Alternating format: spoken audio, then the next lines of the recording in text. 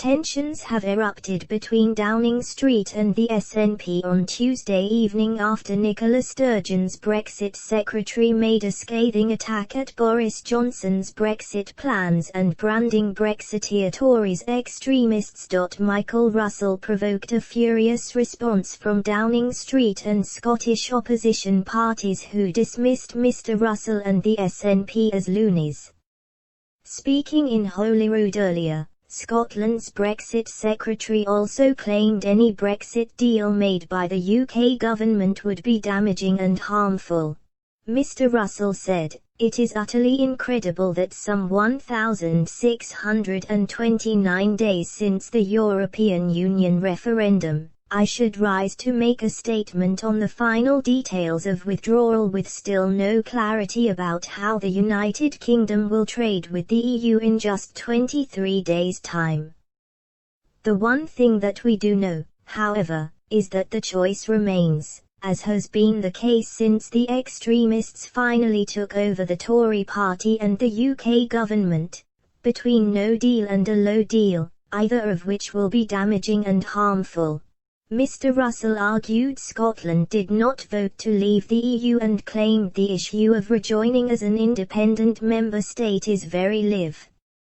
A Downing Street source said Mr. Russell's comments reflected the abysmal position the SNP had left Scotland in. The source added, "The Prime Minister has made clear the SNP's record in Scotland is abysmal and these comments simply reflect that. It shows division rather than wanting to work with the UK government. It is clear there are some loonies in the party when it comes to Brexit." Meanwhile, Scottish Conservative Brexit and Constitution spokesperson Dean Lockhart MSP accused the SNP of being an anti-trade party. Questioning the Secretary's remarks, Mr. Lockhart claimed the SNP had failed to support every trade deal over the past 15 years, which included recent free trade agreements with Canada, Japan, Singapore and South Korea. He continued, "Will he explain why the SNP failed to support every trade deal over the past 15 years?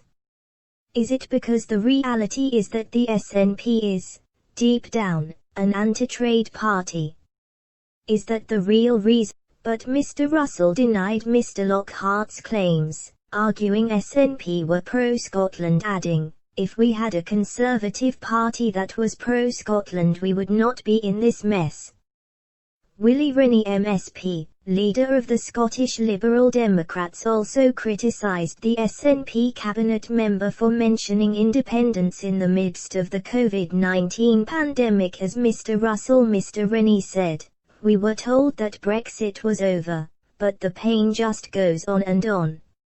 As the First Minister, the Cabinet Secretary, raised independence, I say gently to him that I cannot imagine that breaking from the United Kingdom would be any less painful than this. It comes as Boris Johnson is set to travel to Brussels tomorrow in a bid to reach a breakthrough on a post-Brexit trade deal over dinner with European Commission President Ursula von der Leyen.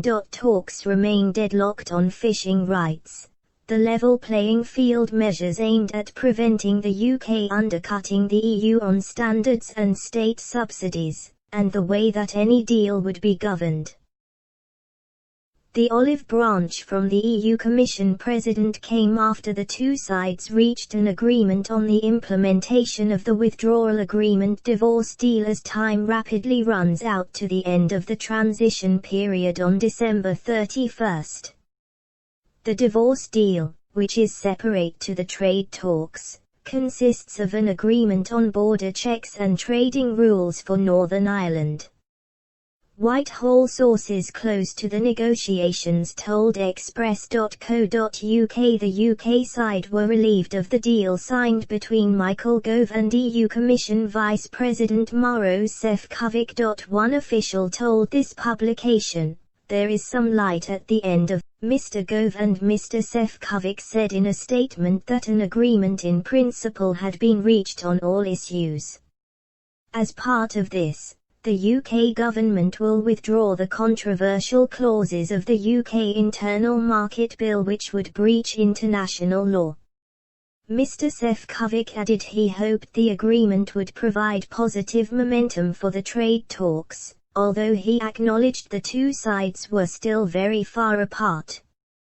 The Prime Minister warned trade talks with the bloc were proving very tricky, making clear it was very difficult to make progress. Mr. Johnson hoped the power of sweet reason would triumph, but Brussels had to accept there were limits to what terms the UK would be prepared to accept.